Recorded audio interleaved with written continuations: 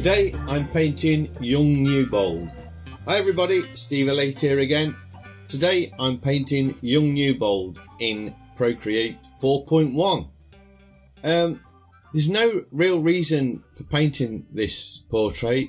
There's no sort of, well, I have got a few tips for you actually, but this is more about the character study. This guy is an absolutely awesome guy to know.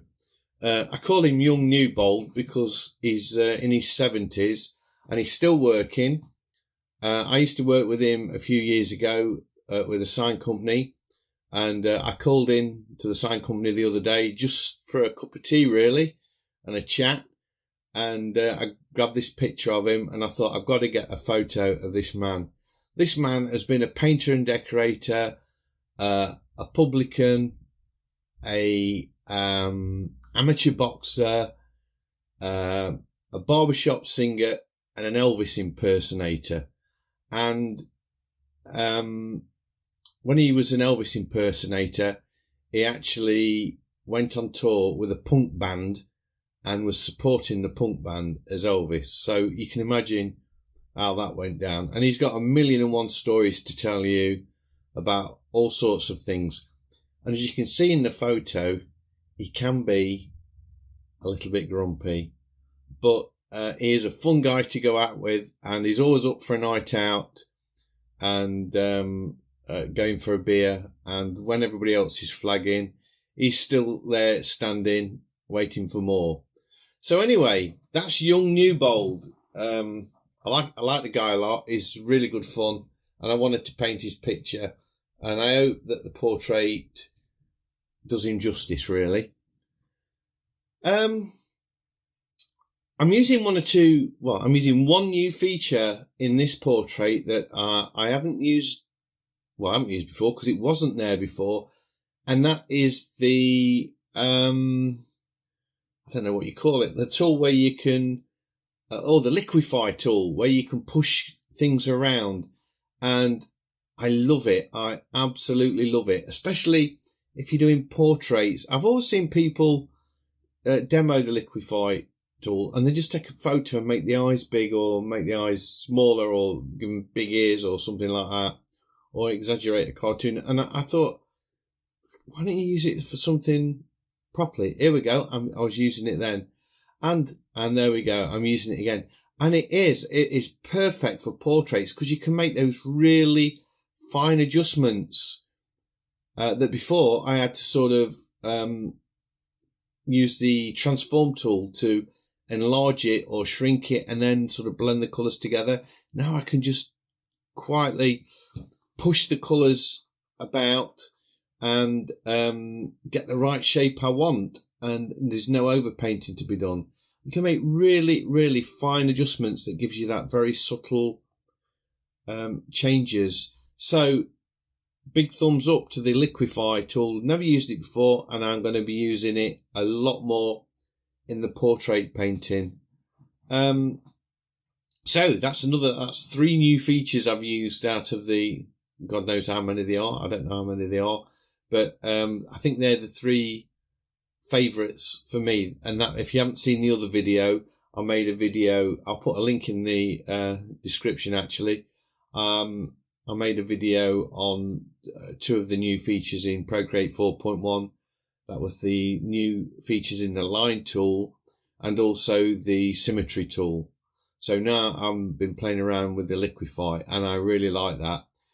One thing that I was really careful about with this painting, and I don't know if I don't think I've ever really mentioned it before, so I don't know if anybody has noticed that when I start the portrait, or not just start it, but when I'm working through it, I'm not doing it now, but what I normally do, I try and get, when I start, the photo on the left exactly the same size as the painting on the right. So therefore, I can really judge proportions quite easily. I can get the eyes in the right place, the head, the mouth, the hands and everything. And I was very careful about doing that. Here we go. Look, you see, I've got the photo exactly the same size there as the portrait for a while, and it helps massively. So if you're doing any portrait work or any work where you want to be accurate, get the painting the same size as the portrait, as the photograph that you're working off, and it makes it a lot easier to judge proportions without having to grid anything up, because as you know, when I'm doing the paintings, I never grid anything. I just go straight in there and start painting. Other things that I've done with it, I've used pretty much 3 brushes with this painting. One is the grunge brush that I used very quickly just to put the background in, and then I didn't touch that one again. I've done most of the blocking in with the turpentine brush. Even though I've made a couple of painting brushes of my own, I still like that turpentine brush. And then the fine painting, I use my own oil brush, which you can download through my website. So I'll put a link in for that as well. And what I wanted to do was incorporate the background into the foreground. And I've done that with his shirt. If you look at the colour of the shirt, it is in actual fact the background.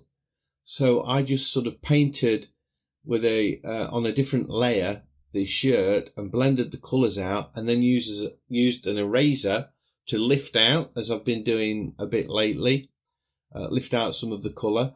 So the folds in the shirt and everything it's just the background. So I think that gives a really nice balanced look to the painting that I probably wouldn't have got with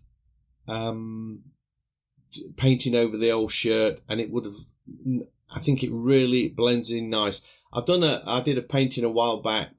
If you've been watching me for a while, you remember the guy playing the ukulele, and I used the same technique on that, and I've got a poster of that in my studio, and I was looking at it and I thought, yeah, you know what, that is a really cool way of doing portraits and sort of incorporating the background into the actual foreground and the composition and the subject. And I've also got kind of a ghosty look to his arm as well, which I like. I didn't bother about edges and defining everything really sharp. I've kept this painting a lot more muted than what I normally do. I normally go for quite bright colours, and I'm using the Sargent palette as a base to start from. So I'm sort of getting the skin tones from that. But the background, I wanted a pale blue. So I selected that off the colour triangle, I guess, and put that in. And then every now and again, I will sort of select that background and then adjust it on the wheel for the colour. But all the others are from the Sargent palette, which again you can get from my website if you want. So at this point, the iPad did its normal thing where it stopped recording for me. So I've gone into the Procreate recording for this one. I just want to draw your attention to the eyes. In the photo, he is looking sort of down to the ground, but into the distance. But I wanted him to be looking more at the person that's viewing the picture. So I've made his eyes look a bit more direct at you over the top of his glasses, rather than looking down on the onto the table. So that was a deliberate thing. And the other thing I want to say is that I'm not quite there yet with the painting, but the darkest part of the painting is his eyes. The pupils of his eyes is the darkest point, and the rim of the glasses. And that's deliberate again, to sort of draw your attention to that, rather than, so even though there's sort of lots of dark shadow in the foreground, not quite as dark as what you see now, because I put that on a multiply layer, by the way, and then adjusted the opacity to knock that back a bit, because I felt it was all a little bit too dark in the end. And there comes a point when I sign the photo, you might not see it actually, because I've zoomed in a little bit so you can see more of the detailed painting. But once I'd signed it and thought I'd finished, I then went back in and started to add some more darks around the eyes. And this is it. This is where you can see now where I felt that I needed to make the face the focal point, not his arms, which were darker. So I put these in, and then I think it was at that point that I knocked the opacity back, and then I went back into the eyes again and made them even darker still. Oh, and I even put more dark in the foreground. I'd forgotten about that. So it is definitely a painting that was built up from lights to darks, and I just kept strengthening the colour by adding layers all the time. And there you can see I'm putting a little bit of shadow in the hand, and this is all to sort of draw your attention to the face and make that the focal point. Then I felt it needed a little bit of colour, so I put a touch of red under his chin. And here we go, I'm sort of strengthening it all. I felt it all looked a little, his arms look, they're not rounded enough, they look a little bit flat. So I wanted to add a bit more shape to the arms, so I put some more colour in his arms there we go. And some wrinkles, because he's getting old, but I put the wrinkles in his arms rather than his face, where he's sort of pressing on the table. And that is it. That is my portrait of Young Newbold. I hope you've liked this painting. If you have, a big thumbs up as always is much appreciated. And if you're new to the channel, please consider subscribing, because I have lots of videos like this and I would love to be sharing them with you. And don't forget, click on that bell as well, and then you'll get notified when I make new videos. Bye!